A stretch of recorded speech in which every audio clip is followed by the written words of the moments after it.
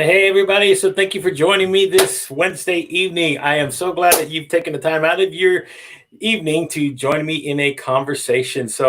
As always, I am always grateful for everyone who follows the show. Thank you guys so much. Every single day, you guys make it worth it.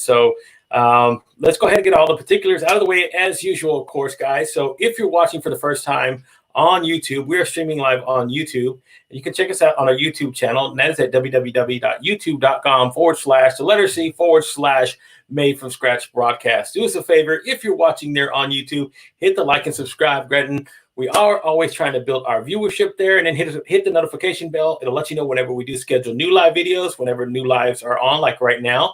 And then you will also see whenever we drop new content on the channel. So thank you for watching on YouTube, guys. I always appreciate it. And we're also streaming live on Twitter.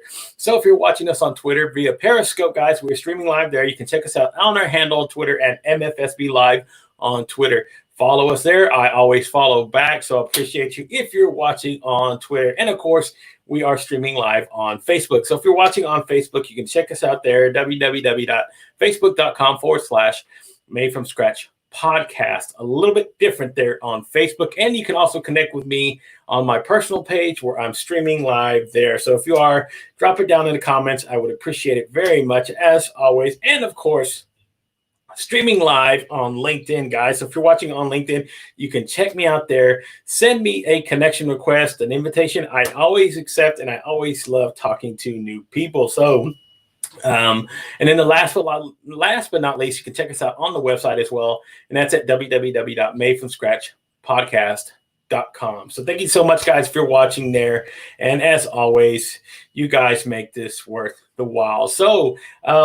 Let me get started on this evening's guest because she is a personal finance coach, and I loved her personality. I was connected with her prior on LinkedIn, but I saw her on the Russ Johns show, which is, again, shout out to Russ Johns. And I love what she was talking about. She has such a great attitude. And then her backstory about how she got into financial coaching as well was very interesting to me. And it's always important because, especially in times like right now, people have troubles with their finances, small business, people's personal finances. So it's an important topic. It's an important topic to talk about. So I wanted to bring her on. So guys, do me a favor and help me welcome Christine T to the show. Hey, Christine, how are you doing? Good, good. I love your introduction. I was like, wow, like Gabriel, you're like I have nothing in comparison. Like my life was just like a plain, boring banner and saying who is on my guest, and I'm like, dang, I have so much to learn. So thank you, Gabriel. No problem. And I love Yeah. help. Just like you love helping people learn about finances. I love helping people learn about doing live streaming. It is a passion of mine, and Hmm. it is something that I'm really concentrating on. I love live streaming. I love meeting new streamers. Everybody who wants to go out there and learn, you can always reach out to me, and I'm always very open about teaching everybody about the live streaming game because it is fun to me. One of the things that, of course, wait, hold on. Before I start that, guys, if you're not connected with Christine on LinkedIn, do me a favor, go check her out there. And I got her, pull it up real quick in the banner tab where you can go check her out on her. Come on, there it is. Takes the time. So there you go. You can check her out on her business page, and you can also check her out on her personal page as well, guys. And I will drop it down in the comments as well. And then you can also check her out on her website, as you can see down below at www.tehfinancialcoaching.com. It is also a link in the comments already. So if you click on the link, it'll take you to her website. So there we go, Christine. Let's get all that stuff out of the way. And let's start talking about, first of all, your journey into wanting and learning finance, first of all. So what was the one thing that kind of tipped you in that direction to wanting to go into, first of all, about learning and studying more about financial literacy, and then second, getting into the coaching business to help other people? Kind of walk us through that process. Yeah, so I've always been interested in finance. Like I've loved money for as long as I can remember. It's just that I just never thought about it as doing something like that for a living. Because like Yeah. So I'm Chinese, was born and raised in the Philippines. So we were most when I left in year 2000, I immigrated here in 2000. Like everybody was still having a cash system, where Yeah. we were using credit cards, whatever. So to me, like I was surrounded by people. My family I actually had a good upbringing when it comes to money with my family. So they taught me well.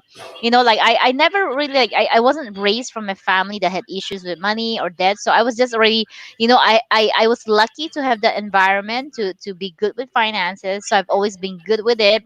And I've always had good relationship with money. So I think like throughout the time, I majored in computer science, and then I graduated. I came to America. Then I was in the data analytics field for like at least 10 years, and then I just wasn't happy with my life, my career. I was like, what am I doing here? It's like it's not something that I was satisfied, with my career, and also I just wasn't happy with corporate. So I think 2016, I had a spiritual journey, and then like I hired a spiritual coach, and then she recommended me, since you love money, personal finance, you love learning about that, why don't you teach people about that?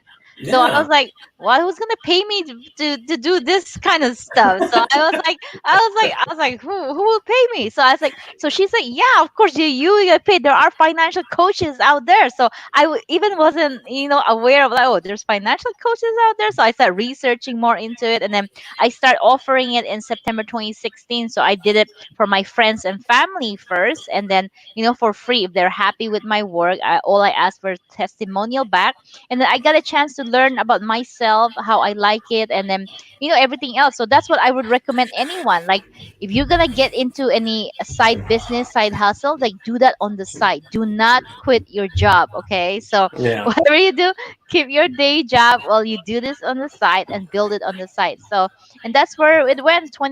September 2016, and I quit my full-time job May of last year, and I've been a full-time entrepreneur since. Awesome. Wow. What a way. And again, having a love and passion for these things, it's kind of, it's difficult to make the jump, but once you make the transition into doing what's Mm-hmm. something that you love, you find it so much rewarding. And that's one of the great things Mm-hmm. about stepping out of your comfort zone and going trying things differently. And like you said, you don't have to just quit your day job. You can, again, I'm like you. Starting out into doing this sort of thing, I still have my job on which I Mm-hmm. regularly do, and then I do this Mm-hmm. right now as a passion. But again, it is something that I would love to help other people learn how to do, because I think it's a Mm-hmm. great way to create forums, give people Mm-hmm. voices, ways to build, and again, it's a great teaching tool. Um, Mm-hmm. this is one of the things that I tell everybody. It's a really good tool if you go out there and really try it and give it a chance. And I tell everybody, you don't have to be all this stuff. Look, I get it. I know people are intimidated by some of the fancy stuff that I do. You don't have to do that. You can go to Facebook, you can go to Instagram, you can go to Twitter, you can go live and just start talking about some of the things that you're passionate about. So if you're passionate about like financial literacy, you can go out there and start sharing some of the things that you do. And I think Mm-hmm. it's such an important topic, because that is one thing that is missing a lot from the educational system, is teaching people about money. People Exactly. people get very intimidated by the fact of what to do with money, how to make money work for them. So kind of walk me a little bit about how you approach dealing with somebody who comes into you with a situation and says, "Hey, I don't know what to do right now. I'm in financial Mm-hmm. trouble. I want to find hope. I'm tired of all the worry and that sort of thing." So kind of walk me through the process whenever you meet with a new client. What are some of the things that Mm-hmm.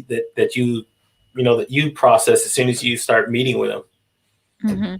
Yeah, so I mean, so first of all, so usually my leads come inbound now from LinkedIn, either LinkedIn or Yelp or sometimes Google or Facebook.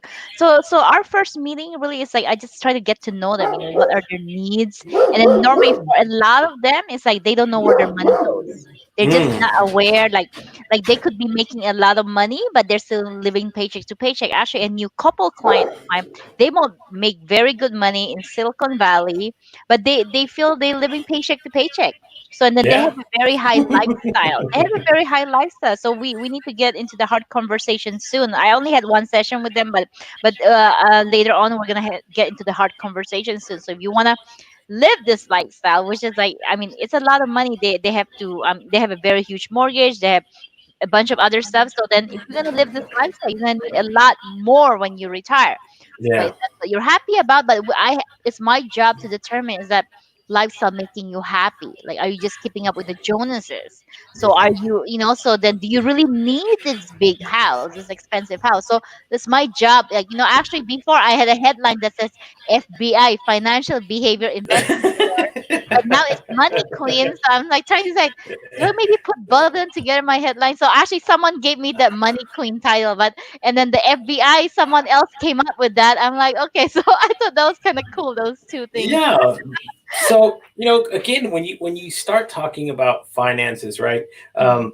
People can be so upside down on a lot of things, especially one of your biggest assets is, like you're saying, your house. So, if you have a $400,000 house, right, and you still hold 380,000 on the mortgage, well, gosh, of course you're going to feel underwater. And then you got two car leases for Mhm. however much, and then even if you're making $150,000, if you're not putting your money right, it can Yep. be a scary situation. I know because I studied for I almost like you.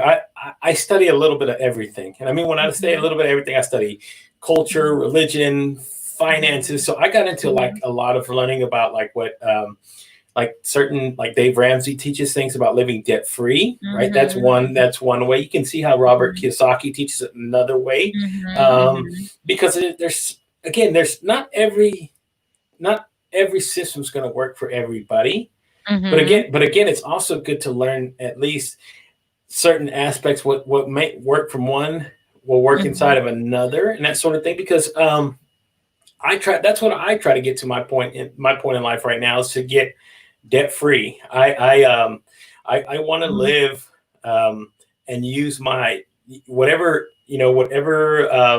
my salary is to be my biggest wealth income tool. Is Yep. if you don't have all these bills, if you don't have all these things to pay, if you just have a Mhm. mortgage to take care of, it's easy to start building money and throwing it um, into retirement because Mhm. we all want to at some point in our life say, you know what, I don't. I want to have the option to not have to work if I don't want to, you know, Mhm. Yep. and Yep. and again, so kind of tell me a little bit about some of the things that you advise some of your clients as far as um, things to do with their money down the line. It's like with retirement or investments or that sort of thing. Mhm. Kind of walk Mhm. me a little bit through that. Yeah, yeah. So oh, before I get there, I want to just say hi to people who said hi. Leah, Liam said when, yes. yeah, when I met my wife, she said she had no idea what compounding interest is. So to everyone who doesn't know what compounding interest is, it just means like, so when you put $10 today and then there's an interest that goes there. So then the next year you're gonna make interest of that plus that, and then it just compounds exponentially moving forward. So that's where Mm-hmm. time is your best friend when it comes to that one. So that's funny, Leon. Thank you for sharing. And Kenneth is so funny. Do Kenneth, you see that? yes. He's like, he's always saying scrumptiously, deliciously, edibly, tasty, good. And I he's from love. Sugarland, Texas. So I was joking with him one time. Yeah, you're from Sugar. No wonder you're So pure sugar. you're Very so sweet. sugary comment. That's right. You're so sweet, right? I love. You know what? But I love that about Kenneth. That's his thing, and everybody knows Kenneth. As soon as he gets on, man, you Hmm. know what to expect, and that's always great to see him anywhere. So even Ian Liam's like, yeah, exponential. Yeah. That's right. Yes, exponential growth. That's very, very important. Actually, when you were talking about 150K, I just remembered the post that I did. It was a post. I said you can be broke making 150K, and you can be rich making 40K, and it's all boils down to your lifestyle and then how good you are with money. And then going back to your question. So I just want to be very very, very clear. I'm a financial coach, not a financial advisor. So Yeah. I'm gonna explain the distinct difference again, because everyone always confuse me with that. So advisors or financial planners, or those people who actually manage your wealth, they have Hmm. to be registered with their state. And each Yeah. state have their own compliance. So they're the only people who can give you specific investment advice, like tell you, okay, you can sell, you can buy, you can do that. So as a coach, my job is to educate people. So I focus on that ones. Like I can review their 401k and stuff like that, but then I will educate them on how to read that, how to, how this works, what is investment allocation, asset diversification. But I'm not gonna tell them what to do specific. Oh, you gotta buy, you gotta sell, you gotta reallocate. So I don't do any of that. So my focus is on education, and then my philosophy is that I will teach you how to fish. So I would Mm. rather teach you versus fish for you, or manage your money for you, because I hate managing people's money. I will never want to manage people's money. I believe your money, nobody should care about your finances or your money, but But you. you. Yes, you only. Like those advisors, I mean, end of the day, they still have to feed themselves, right? So like that one, they make 1% of whatever their fees is, regardless if you go up and down. Like it tanked in the housing bubble, recession. Now COVID happened. They still make money. I mean, they just make less money, but they still make less money. So that 1%, that fees will never change whether you go up or down. So how I work with my clients, so typically when they come to me, our first when they do sign up. So oh, Russ said always dropping knowledge. Okay, thank you. So yeah, so basically what I do the first session, I do everything. I do a holistic review. So I ask for a tax return because I'm a tax professional. I'm an IRS enrolled agent. So for people who doesn't know what that is, so if you it depends on the state. Each state have their own rules. But in California, to for us to charge money to actually do their taxes, you have to be minimum California registered tax preparer. You Mm. can believe it. Most states actually do not have this requirement. You can literally be anybody and then charge people for money to do their taxes. But California is not one of them. But then so the second level is that you are CPA or an enrolled agent. So enrolled agent is an IRS is a designation given by the IRS, and then we focus mainly on just taxes. CPA is Yeah. more broad, and some people focus on taxes, some people on auditing, on corporate taxes, and different. But those, and then there's the tax attorney. So I think when you're in trouble, you can go to the tax attorney. Yeah, so I review their taxes. It's very important for me. I educate my clients on their taxes. They have to understand that. They have to know the consequences, and like whatever like you do when it comes to saving for your retirement. Like what is your tax consequences when it comes to retirement? What is Roth? What is Roth 401k? Sometimes they don't even know there's a Roth 401k. They only know about Roth IRA, because because 401k mostly is traditional, but sometimes there is a Roth 401k.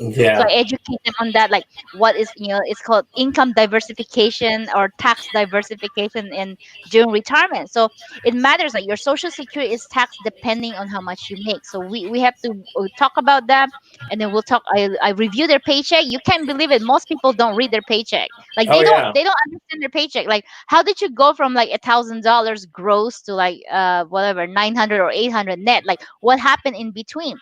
So you have to understand your taxes, and then what's that withholding? How's that connected to your tax? Like I explained to them, what is do you think refund is a good thing or not? So then I explained to them, like what that means, getting a huge refund, like how you can adjust the withholding and stuff. Because I'm not a big fan of getting a huge refund, because I think it's your money. Why are you loaning your money to the government and waiting for the refund? So I try as much as possible to keep it, even like maybe even owe a little bit. So I'm okay owing a little bit. I'd much rather owe a little bit, and then so I got that money 0% interest versus the IRS. So we'll go over that. We'll review their paycheck. I have them fill up a money history form, because I'm gonna get to know all their history around money, because then that way it get me a chance to, because I have to get to know them. What's your money script? What do you think about money? What's your relationship around money?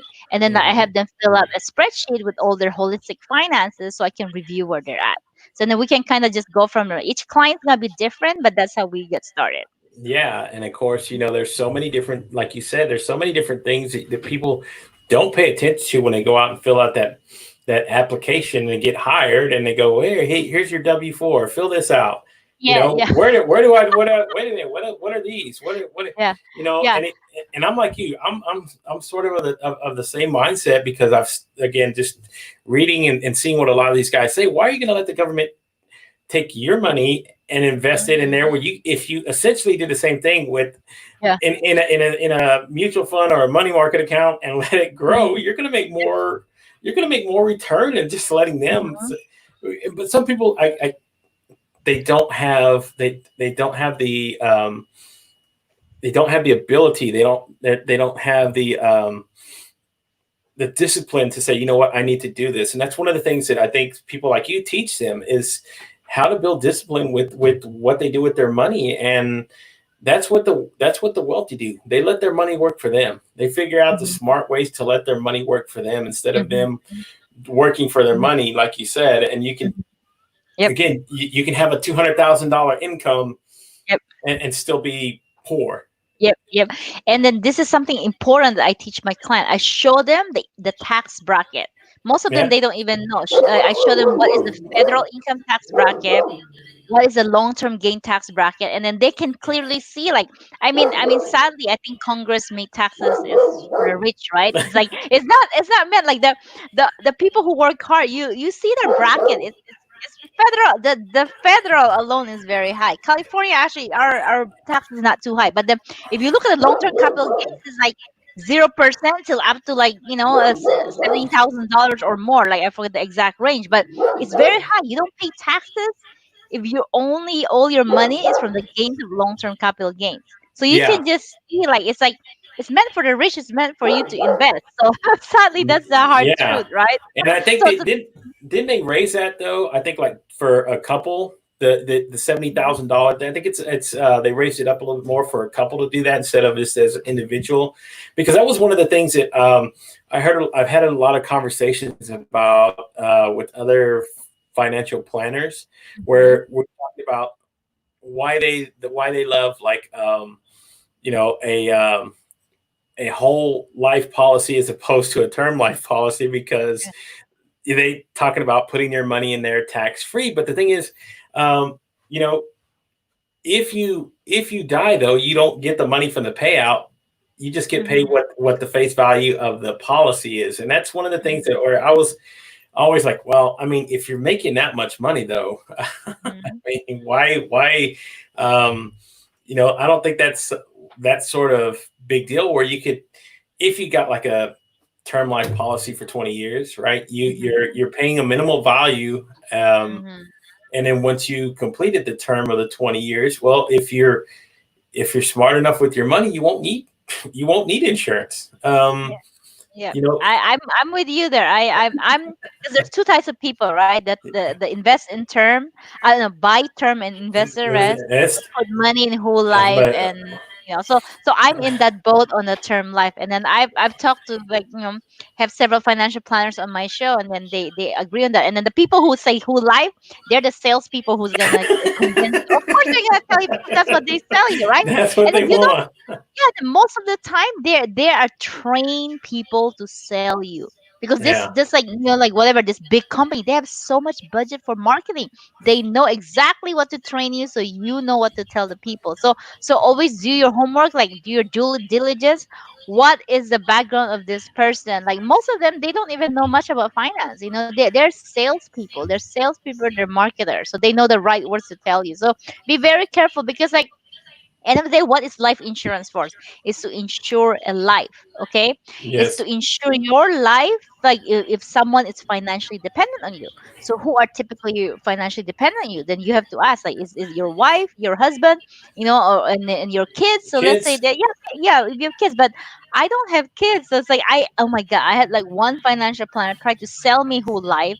I had no kids, and they're like, they kept on selling it to me. So I was like, can you give me an analysis, like a spreadsheet? Like, I want to see the breakdown. Like, if I put $10,000 a year, like, when does that, how much do I get in what year? So finally, I was able to get that, breakdown back. But I was analyzing it. I was like, I could get a lot more money if I invested. But they don't teach you the time value of money, like the compound years. They're not gonna tell you. It's like, oh yeah, you put this much, $500,000.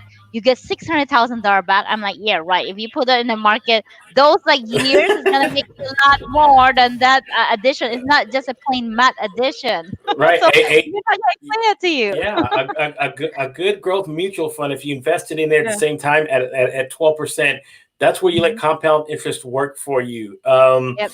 There again, and at that point, when you at the point if you die, right, that Mhm. money will be more than sufficient enough to cover what your whole life policy would be worth. And I'm always of that mindset.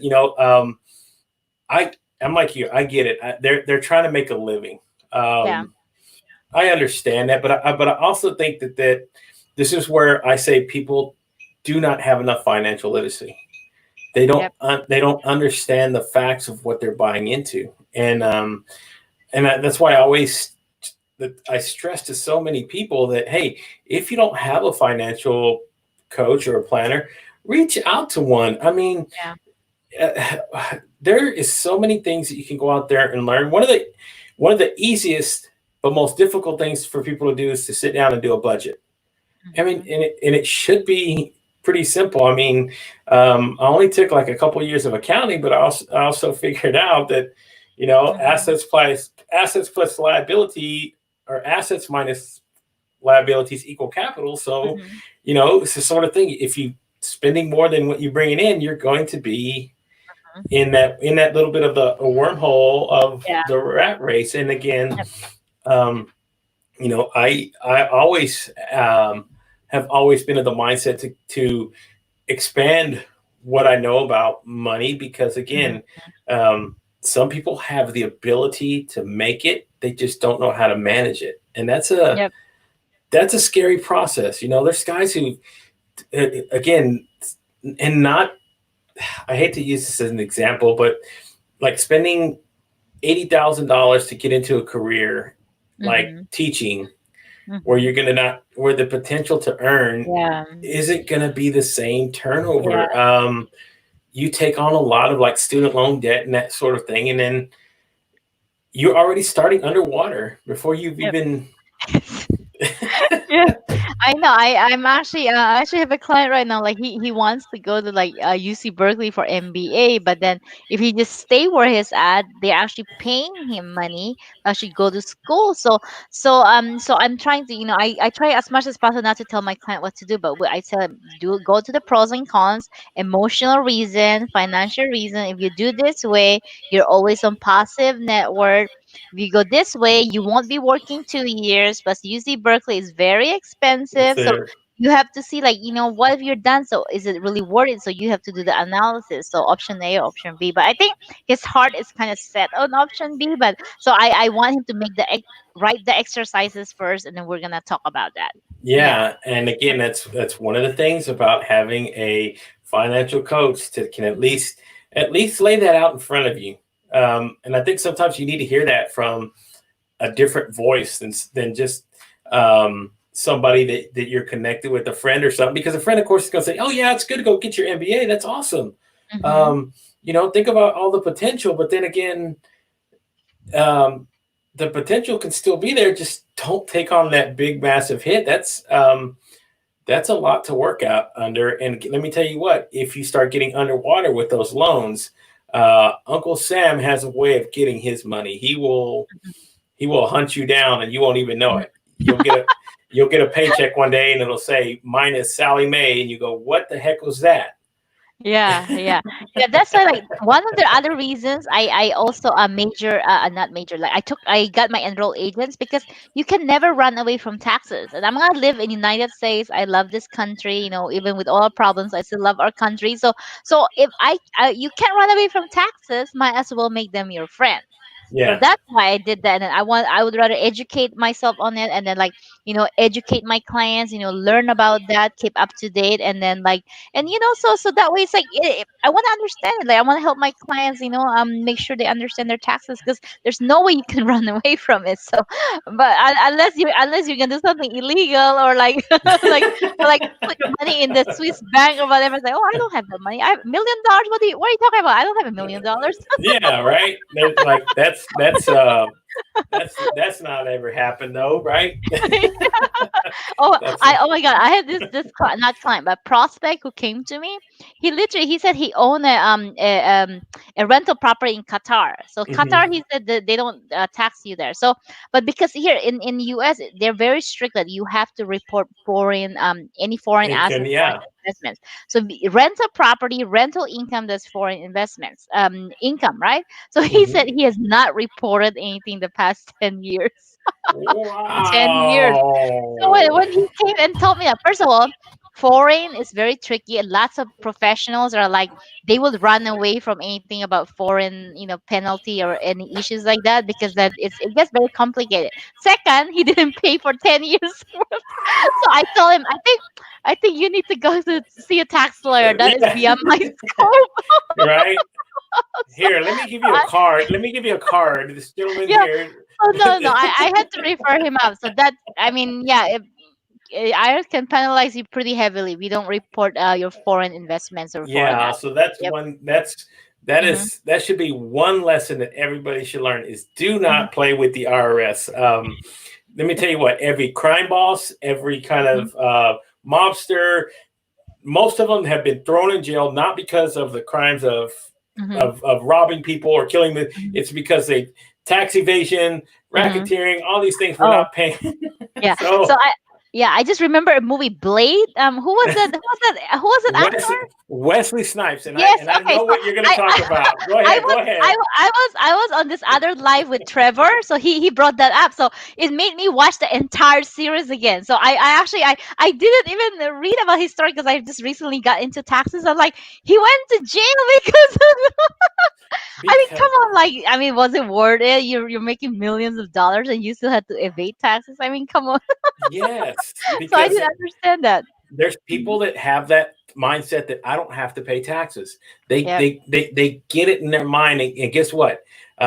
You'll have to learn the hard way when you're Hmm. sitting behind jail bars in a suit, wondering Hmm. what the hell went wrong. You know, because he was making millions of dollars, and Yeah, Blade was a good movie. I liked it. I watched the entire series. I was like, I can't believe like why did I watch it? If I had watched it, I completely forgot the story. But I rewatched the entire series. It was nice. yes, and again, it's simple things like that, right? Yep. That you can make millions and millions of dollars and still end up behind bars, still broke, filing for Chapter Yeah. 11, Chapter 13 because you don't know, Hmm. um, you didn't trust the right people. So, and again, I always tell everybody that if I ever um, everybody asked me, what would you do if you ever won the lottery? I said, okay, cool.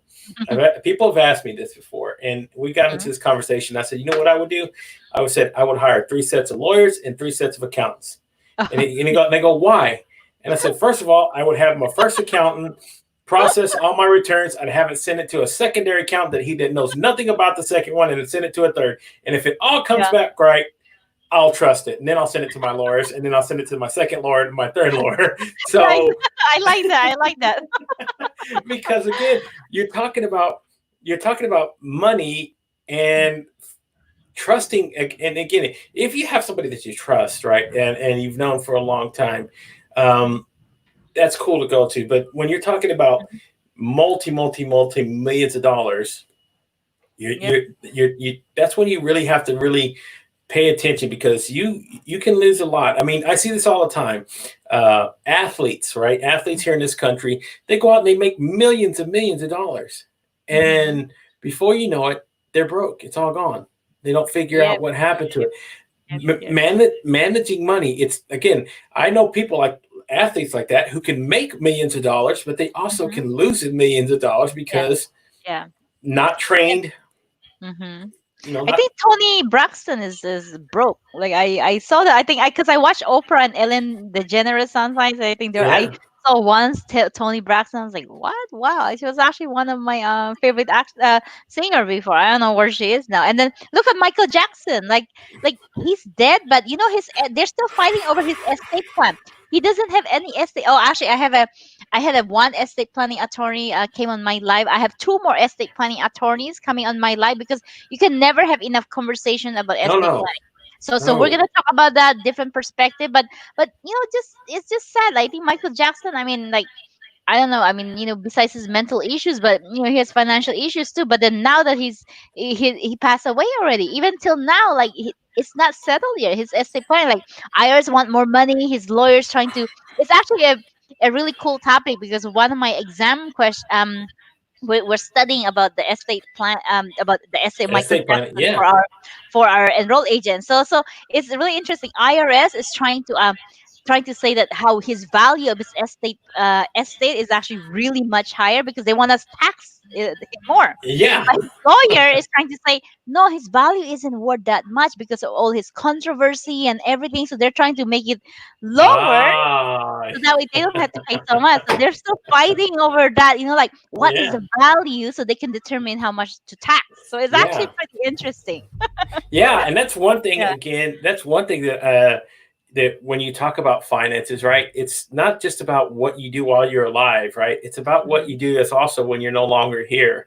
Mhm. Estate planning is very important. You can spend years in probate court. I mean, trying to figure out what what to do and where to distribute Uh, money if you don't have a well laid out will in place. mhm.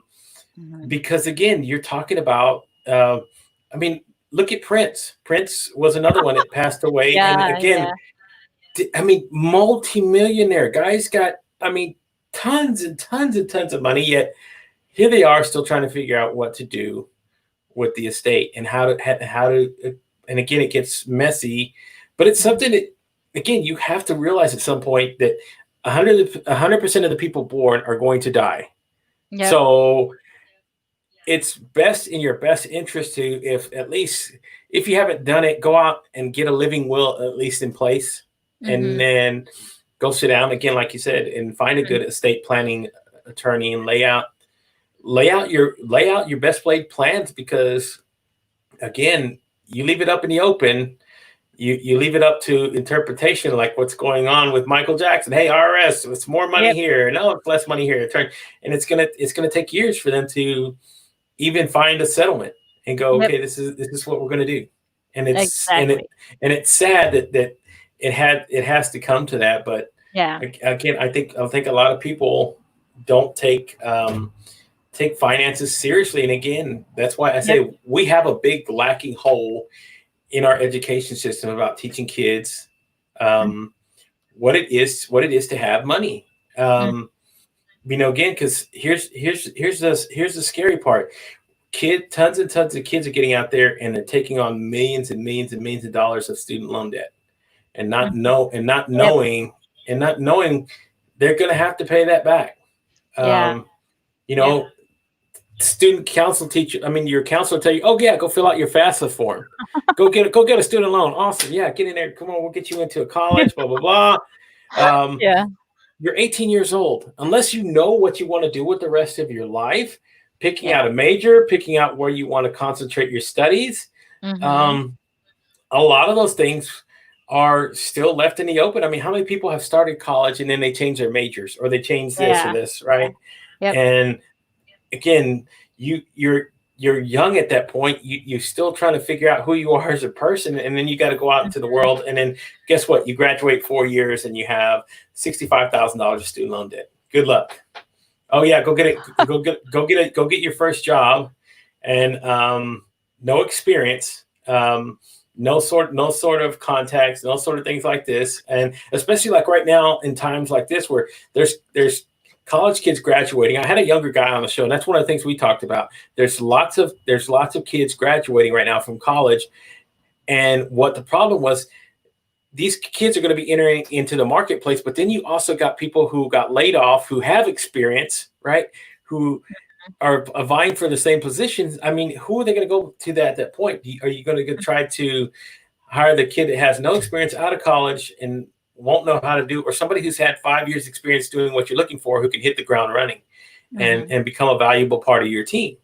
I Yep. mean, that's a hard fact to look at right now. And that's one of the crazy things about what's been going on with COVID-19. And that was a whole different aspect when we talked about it because he said he lucky for him he bypassed college. He said I went out and started putting myself out into a career and started from the ground up. And here I am. He made himself a name, and the time that he would have spent in college, he built up 4 years, 4.5 years of experience.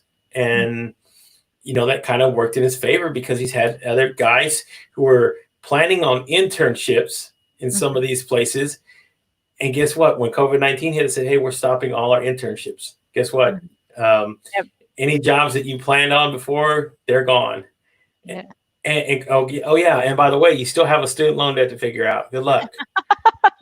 Yeah, it's quite sad. Like I see a lot of six-figure student loans, and then I actually have a client like she went for masters, and then it was actually a huge debt now, but she's not making as much money to make it look like it was a good ROI to even get that master's. So sometimes I mean like sometimes having a master's degree doesn't really equate to good money. I mean, entrepreneurs, do you really need a degree? Yeah, I mean, I think if you're street smart, I mean, even my coach, like, I don't need my degree. I mean, I just wanted my degree, and then like, and so it's just like you just have to be very like business minded entrepreneur. I think like if someone already had that spirit, entrepreneurship spirit, even when they're young, then then I think go for it. But then do so. I think do a calculated assessment. Don't just like jump in thinking, oh, client's gonna show up, but you don't do anything. Because I have friends like they quit their job, they went for it, and then they invested a lot of money into coaches, this that, and then 1 year later they still not making money, so they actually have to go back to corporate. So you have to do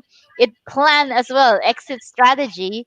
Or like if you started young, you're already doing well, even in high school you started side business, then go for it, right? But it Yeah, takes a personality, a type of personality to actually be good with entrepreneurship, because you have to love hustling, you have to enjoy it, because end of the day, I mean, the hard reality is that you have to be a hustler. You have to hustle when you're an entrepreneur. If you don't hustle, you don't do marketing, you don't do sales, you don't show up on social media or anywhere. I mean, clients are not gonna fall on your lap, right?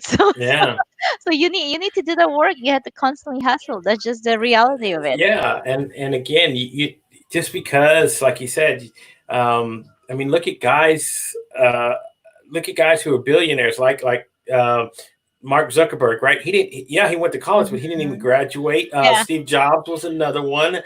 Yep. Um, Bill Gates was another one who didn't. And you're talking about like Elon Musk, right? He's like, these are both multi-billionaires who Yes. didn't have to go Yeah. spend 4 years in Yeah. college. They were entrepreneurs with a Yeah. heart, with a Yeah. passion, Yeah. and went out and drove and did that thing. And I'm not saying that's not going to work for everybody. I'm saying just be cautious about what you take on, because again, once you get in that hole, Mhm. you know it's very hard to dig out, and you can't dig yourself out from the bottom. You Yep. gotta. Yep.